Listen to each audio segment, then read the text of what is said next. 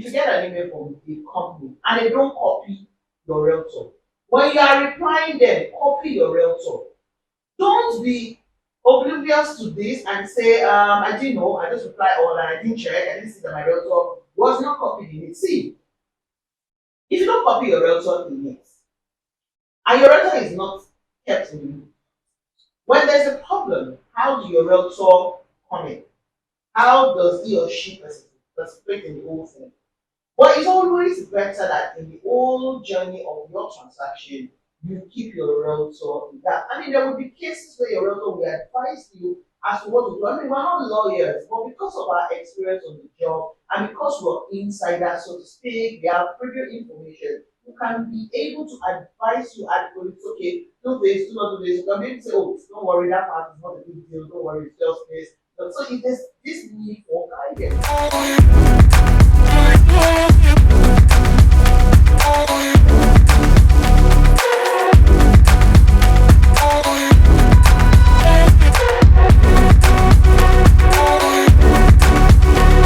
Hi guys, welcome back to Tea Talk with Goodness Usman, your number one real estate talk show in Africa. Thanks to which and every one of you will listen and participate on the show every week. Yes, remember that we upload new episode every Sunday on this channel. And I must once again say thank you to all of you who take out your time to be part of the show, because without you guys, there wouldn't be this show. All right, so you know the culture, how we roll on this show. You have to participate. You start first with getting your cup of tea, like me, green tea, or you're getting your cup of glass of water, your glass of wine, glass of juice, whichever one is convenient for you wherever you are. Please ensure that you get one of those and then join me in the conversation. Trust me, today's conversation is going to be quite more interesting and educative. In fact, inspiring as well. So hey, shall we?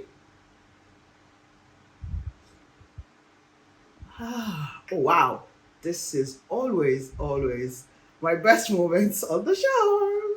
All right, guys, let's get right into the conversation of today. Now, remember that on this talk show, yes, what we do is that we discuss anything to everything that has to do with real estate investments, most especially in the Nigeria real estate market. So, if you are a real estate investor, a real estate developer, a realtor, consultant, this show is definitely for you. And guess what, guys? We are taking this show to another level. Yes, let me just quickly say this, that this show is getting better and is going to be becoming bigger.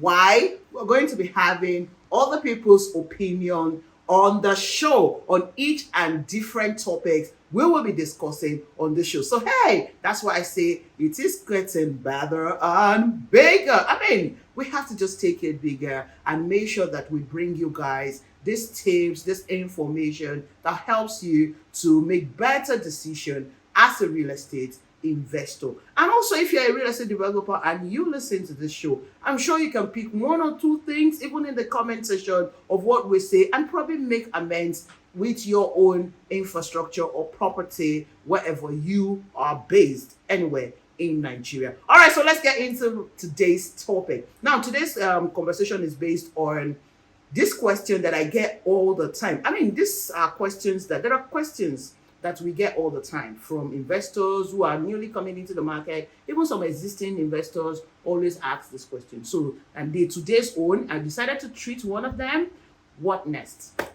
I get people ask that, goodness, what next? If I make payment for a property, what next? What happens? Especially for this kind of properties, this kind of market that I belong to, this circle that we are. Because I mean, in the real estate market in Nigeria, there are different kind of circle. I mean, but the circle that I belong, I know a lot of you who are investors, you already know what I'm talking about. So this particular circle that we belong, people ask, what next?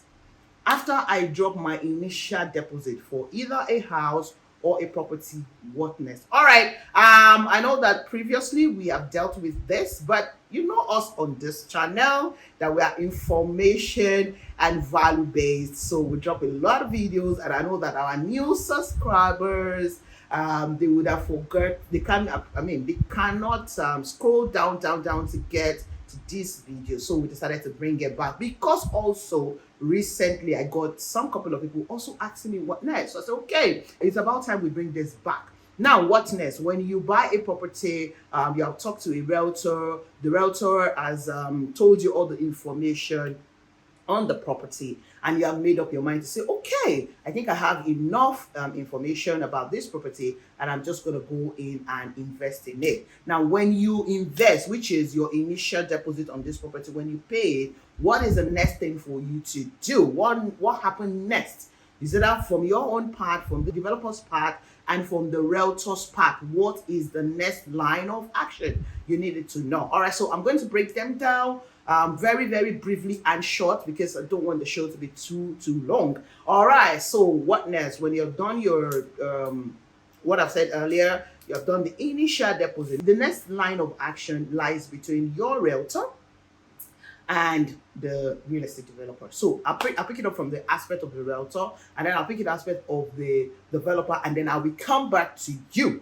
what you have to do at that point. Now, when your realtor gets your evidence of payment, your subscription, the job of your realtor is to go do the proper documentation, meaning that if you buy a property from me, what I do. Okay, so now please note, some of these things I'm discoursing is the way I feel is supposed to be professionally done. Now, that does not mean that every realtor does it, okay? So you might have a realtor who do not do these processes. I'm not saying you should go and, start making trouble or issues with them, but I'm just saying professionally, this is the right thing or what the realtor should do. And like I usually say on the show, you can also add your own or correct me if I'm wrong. I'm ready to always unlearn and learn anytime, any day, any given time that I have the opportunity. So yes, if you give me your subscription form, I will go to the company, document it, ensure that it is properly documented. And this documentation means that they will confirm. It starts with confirming your payment. When they confirm your payment, they will now do what? Check through your subscription form. If the informations are correct, if everything is duly filled, they will now prepare a case file for you. Now, when they prepare a case file for you, that will enable them to generate your documents, which are usually your receipts, your invoice, and of course, your contract of sale. Most of the cases in this circle that we belong, that is usually the case. Now, when all of that is prepared, the contract of sale, receipt, and invoice, they will send the e-copy to you. Now, most of the company does that. Some companies don't really do that. But I'm sure that even if you have companies who are not doing that, I think they're catching up now. So they will send those documents to you, e-copy. Now, the reason why they are most of the time sending the e-copy to you, especially most Nigerians that are not in Nigeria, Nigerians in diaspora, is for you to go through those documents. Now, I'm going to stress a bit about this. This contract of sales is meant for you to read.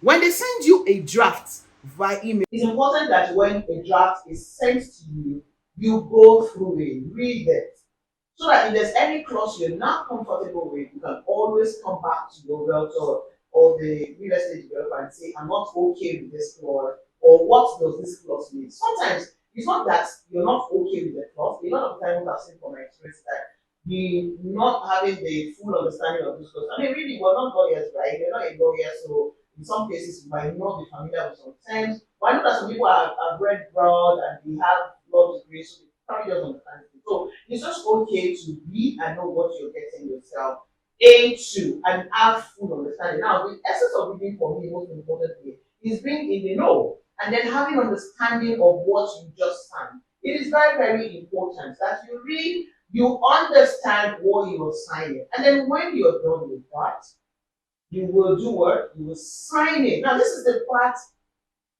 a lot of real estate investors do not do. You have to go shares and shares and shares there before you do it. Ensure that you do proper documentation on your part. As a company, these companies want to do the proper documentation, but a lot of these investors, I understand you're busy and all that, but make outside to do proper documentation on this investment because, I mean, really, if you're investing, for the future, for ROI and all of that. All of that works when you have proper documentation. If you don't have proper documentation, there might be a problem in the future. So, what am I saying to you? Apart from reading the contract of sale, ensure that when you read, you understand it. You sign it when you need to sign, when you need to append your signature. Do it and scan it back.